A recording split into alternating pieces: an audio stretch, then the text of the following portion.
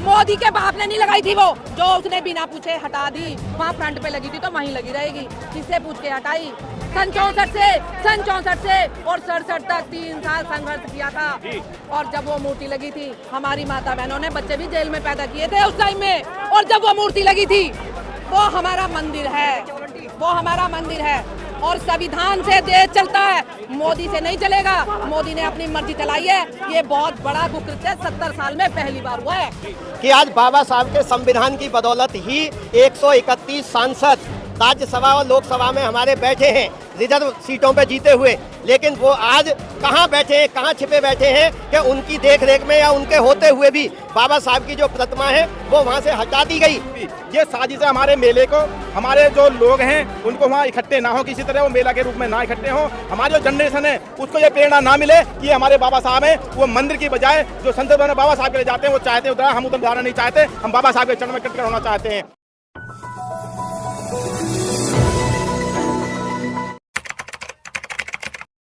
दो दिन ही तो आप पहुंचते हो बस, 2 दिन में क्या आप क्या रोज 365 दिन बाबा साहब को देख रहे हो? तो रोज मौका दे, हम तो रोज आए। अगर हमें रोज मौका मिला तो 2 ही दिन तो हमारे लिए छूट दी है उन्होंने पार्लियामेंट में घुसने के लिए। और आप तो 2 दिन भी पूरे नहीं पहुंचते सबके सब। सर पहुंचते कैसे नहीं है, जितने पहुंचते उतने से उन्हें खतरा है, उतनों से उन्होंने डर के मूर्ति पीछे क्यों लगाई है? फ्रंट पे क्यों नहीं लगाई, पीछे क्यों लगाई है? तो फ्रंट पे से पीछे क्यों हटाई? आपको पता है मूर्ति कहाँ लगी है? वो पार्लियामेंट के किस हिस्से में लगी है? इसका जवाब मैं देती हूँ। आप मुझे बताइए, 14 अप्रैल पे जब हम माला अर्पण करने के लिए जाते हैं, हमारा पर्स भी, हमारा मोबाइल भी, सब कुछ बाहर रख लिया जाता है। तो सिक्योरिटी के हिसाब से सुनो और 4-6 घंटे लाइन में लग के और जब जाते हैं, इतना हम पार्लियामेंट में अंदर देख ही नहीं पाते हैं। इतना सौभाग्य हमें नहीं मिल पाता है कि वहाँ पे कहाँ से आगे गेट है, कहाँ से पीछे गेट है। हमें सिर्फ इतना होता है कि माला अर्पण करनी है और लाइन में लगना है और यहाँ फोर्स खड़ी हुई है और माला अर्पण करके और चले जाना है। आगे पीछे का हमें पता नहीं होता है। अगर मोदी जी से कोई ये कहने लगे कि पीछे रख के खाना खा ले तो खा लेगा क्या? ये बताइए मुझे। नहीं खाएगा ना। मोदी के बाप ने नहीं लगाई थी वो, जो उसने बिना पूछे हटा दी। वहाँ फ्रंट पे लगी थी तो वहीं लगी रहेगी, किससे पूछ के हटाई? सन 64 से और 67 तक 3 साल संघर्ष किया था। और जब वो मूर्ति लगी थी, हमारी माता बहनों ने बच्चे भी जेल में पैदा किए थे उस टाइम में। और जब वो मूर्ति लगी थी, वो हमारा मंदिर है, वो हमारा मंदिर है और संविधान से देश चलता है, मोदी से नहीं चलेगा। मोदी ने अपनी मर्जी चलाई है, ये बहुत बड़ा कुकृत्य 70 साल में पहली बार हुआ है। अगर वो मूर्ति दोबारा वहीं नहीं लगी तो आप क्या करोगे? आप देखना आगे। अभी तो अंगड़ाई है, बाकी और लड़ाई है। ये अंगड़ाई और लड़ाई है तो मैं 70 साल से लोगों ये से तो सुन रहा हूँ मैं, जब तक पर अभी तक कोई अंगड़ाई आपकी पूरी नहीं हुई है। कैसे नहीं हुई है? जब तक अभी तक आपने प्रधानमंत्री नहीं बनाया अपना। बाबा साहब ने जो इशारा किया था, जो बात कही थी कि इस पार्लियामेंट की चाबी मैं आपके हाथ में दे रहा हूँ और चाबी से वो ताला खोलना है, अभी तक आप ताला नहीं खोल पाए हो। ताला तो ऐसी मनमानी तो मनुवादी लोग तो वो तो करेंगे ही। मनवादी लोग करेंगे, एक ना एक दिन तो घड़ा भरेगा, एक ना एक दिन तो भरेगा। मैडम जब तक घड़ा भरेगा आपको सारा बर्बाद कर जाएगा वो। आजादी पाने के लिए कितने साल लगे? आजादी पाने के लिए कितने साल लगे? 100 साल अंग्रेजों ने भी राज किया। अब सब साधन नहीं थे, तब आज आपके पास साधन है। बाबा साहब ने हर चीज से आपको संपन्न कर रखा है। कितनी देर लगेगी आपको? सुनिए मेरी बात, कोई बात नहीं। अगर प्रधानमंत्री मोदी बन गया ना तो वो ये ना समझे कि मेरी तरफ से मेरे सारे कानून चलेंगे, बाबा साहब के कानून चलेंगे। तो प्रधानमंत्री को भी बाबा साहब का कानून का फॉलो करना पड़ेगा कि वो बिना इजाजत के हटनी नहीं चाहिए थी। आप क्या कहना चाहेंगे? पार्लियामेंट बनाया है, नया पार्लियामेंट बनाया है सिर्फ दिखावे के लिए। वो हमारा ही पैसा खर्च करके बनाया है, उसके बाप दादे का पैसा नहीं था। और जो बाबा साहब की तस्वीर है ना, वो ये समझ लो मूर्ति के मोदी के दादे की तस्वीर है, उसको वहीं लगानी पड़ेगी। वो गमार है ना, जिसने वो हटाई है उसे वहीं लगानी पड़ेगी वो। जी, अगर मूर्ति नहीं हटती है तो आप लोग क्या करेंगे उसमें? मूर्ति हमारा मान सम्मान की, हम फिर पार्लियामेंट का भी घेराव करेंगे। मूर्ति से हमारा मान सम्मान है। मूर्ति है वहाँ, इसलिए हम हर 14 अप्रैल को वहाँ जाते हैं, सब लोग जाते हैं। एक उत्सव जैसा हमारा माहौल बना हुआ होता है। अब मूर्ति को हटा देंगे तो एक माहौल खराब करने का इन्होंने काम किया है। पूरी बीजेपी इसी चक्कर में लगी है कि माहौल खराब हो जाए, ये जितने भी दलित वहाँ आते हैं वो ना आए वहाँ पे, और इसीलिए वो मूर्ति हटा रहे हैं। और एक जिससे इनका मान सम्मान भी थोड़ा वो हो जाए कि जब हम मूर्ति नहीं रहेगी तो ये लोग आएंगे भी नहीं। पब्लिक को मतलब आने ना आए वहाँ पे रोकने के लिए ये मूर्ति को हटा रहे हैं और इसीलिए पीछे जाके लगा रहे हैं। क्या मूर्ति बाबा साहब एक ऐसी बहुचर्चित पूरे वर्ल्ड की एक फेमस हस्ती है, क्या लगता है कि अगर इन्होंने पीछे हटा दिया मूर्ति, जैसे कि सुनने में आ रहा है कि पार्लियामेंट के पीछे लगा दिया है और भी महापुरुषों की वहाँ पर मूर्तियाँ लगाई गई हैं, तो क्या बाबा साहब की मूर्ति से या उनकी आस्था से किसी आप लोगों को कुछ फर्क पड़ेगा?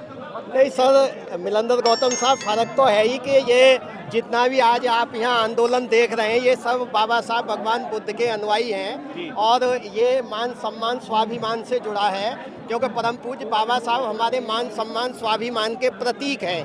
और वो जो संसद भवन के सामने जो मूर्ति लगी थी वो भी हमारे बहुत सारे महान नेताओं ने, क्रांतिकारी लोगों ने संघर्ष करने के बाद वो प्रतिमा लगी थी और वहाँ लाखों लोग जो है 14 अप्रैल को 6 दिसंबर को हमारे बाबा साहब के अनुयायी अम्बेडकरवादी लोग जो है श्रद्धा पूर्वक आते थे और वहाँ से हमारी आने वाली जनरेशन को ना एक मोटिवेशन भी मिलता था कि जब वो बाबा साहब की उंगली को देखते थे तो हमारे बच्चे नारे लगाते थे कि बाबा साहब का इशारा है, पार्लियामेंट हमारा है। तो हमारे आने वाली जो पीढ़ी थी, हमारे जो युवा बच्चे थे, उनको एक प्रेरणा मिलती थी कि इस पार्लियामेंट में हमारा भी हिस्सा है, हमारी भी हिस्सेदारी है। तो ये मैसेज न जाए इस बहुजन समाज की आने वाली पीढ़ी को, जनता को, तो ये एक साजिश के तहत जो यहाँ मनुवादी जो सरकारें चल रही हैं, चाहे वो किसी भी स्टेट की हो, सेंटर की हो, ये मनुवादी लोग हैं और ये समय समय पर साजिश करते रहते हैं।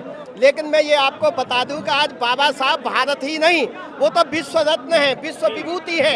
एक मूर्ति के इधर उधर करने से ये कितनी भी साजिश कर लें, आज बाबा साहब और भगवान बुद्ध का जो धम्म है वो आज पूरे देश में ही नहीं पूरे विश्व में परचम लहराएगा और आगे आने वाले समय में पूरे विश्व में बाबा साहब की आइडियोलॉजी, उनका संघर्ष, भगवान बुद्ध का मानवतावादी संदेश एक दिन इस देश में भी होगा, वहाँ भी होगा।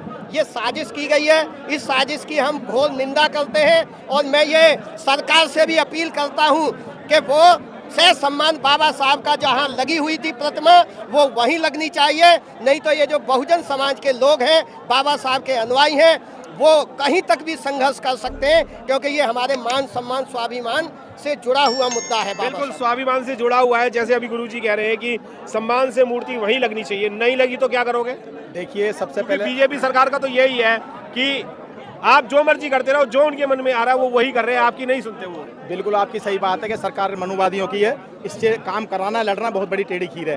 लेकिन फिर भी जो हमारा बहुजन समाज है या दलित समाज है वो बाबा साहब के प्रति इतना कृतज्ञ है कि जो इस जन आंदोलन को इतना बड़ा आंदोलन बना दिया जाएगा कि जो हमारी आज मांग है वो पूरी ने मांगनी पड़ेगी, क्योंकि सरकार का जो भी 4 जून के बाद गठन हुआ है, इतना तो उनको ये पता चल चुका है कि जन आंदोलन में और जनता में कितना चेंजिंग करने का आमदा रखता है। दूसरी बात मैं आपको मिलेंद्र गौतम जी पत्रकार महोदय बता दूं, इस मूर्ति के हटाने के पीछे बहुत बड़ा एक इनका जो है बहुत बड़ा है पीछे से साजिश है। कैसे?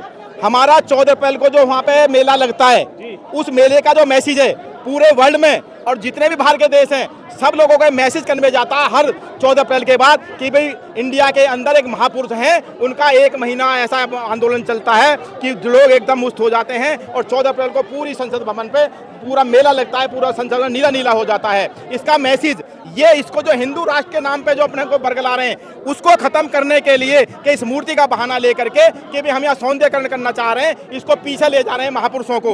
उनके साथ साथ हम और भी ये साजिश है हमारे मेले को, हमारे जो लोग हैं उनको वहाँ इकट्ठे ना हो, किसी तरह वो मेला के रूप में ना इकट्ठे हो, हमारी जो जनरेशन है उसको ये प्रेरणा ना मिले कि हमारे बाबा साहब हैं, वो मंदिर की बजाय जो संसद में बाबा साहब के लिए जाते हैं वो चाहते उधर, हम उधर जाना नहीं चाहते, हम बाबा साहब के चरण में कटकर होना चाहते हैं। ये साजिश के तहत इन्होंने जो हमारा मैसेज जाता है कन्वे पूरे वर्ल्ड में कि भाई 14 अप्रैल को बहुत बड़ा मेला लगता है और भारत जो देश बौद्धमय देश है उसको ये कम करने के लिए साजिश के तहत, वरना तो वहाँ से बाबा साहब की मूर्ति हटाने की या बाबा साहब की मूर्ति हटाने की कोई आवश्यकता नहीं थी, कोई जरूरत नहीं थी। क्या कहना चाहेंगे? और मैं मिलंदर गौतम साहब इसमें एक बात जरूर मैसेज देना चाहूँगा कि आज बाबा साहब के संविधान की बदौलत ही 131 सांसद राज्यसभा और लोकसभा में हमारे बैठे हैं रिजर्व सीटों पे जीते हुए, लेकिन वो आज कहाँ बैठे हैं, कहाँ छिपे बैठे हैं कि उनकी देखरेख में या उनके होते हुए भी बाबा साहब की जो प्रतिमा है वो वहाँ से हटा दी गई।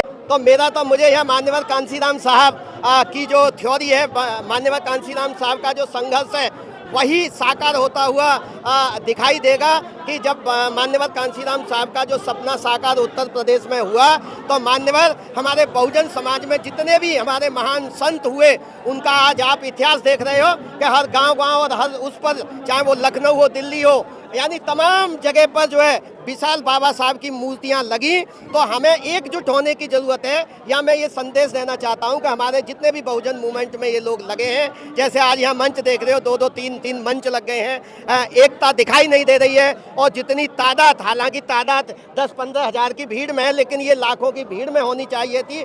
हम एकता का एक संदेश दें और बाबा साहब के नाम पर हम एकजुट हों। और जितने भी सांसद, चाहे वो किसी भी उससे पार्टी से जीत के आए, कम से कम बाबा साहब के नाम पे वो आगे आए। और नहीं उनको कौन सांसद MP मानेगा, और नहीं है तो हमारा देखिए एक घर है, एक परिवार है, हमें उस परिवार के नीचे आना ही पड़ेगा। माननीय कांशीराम साहब का जो सपना था, हमें उसके नीचे उस वृक्ष को सींचना पड़ेगा।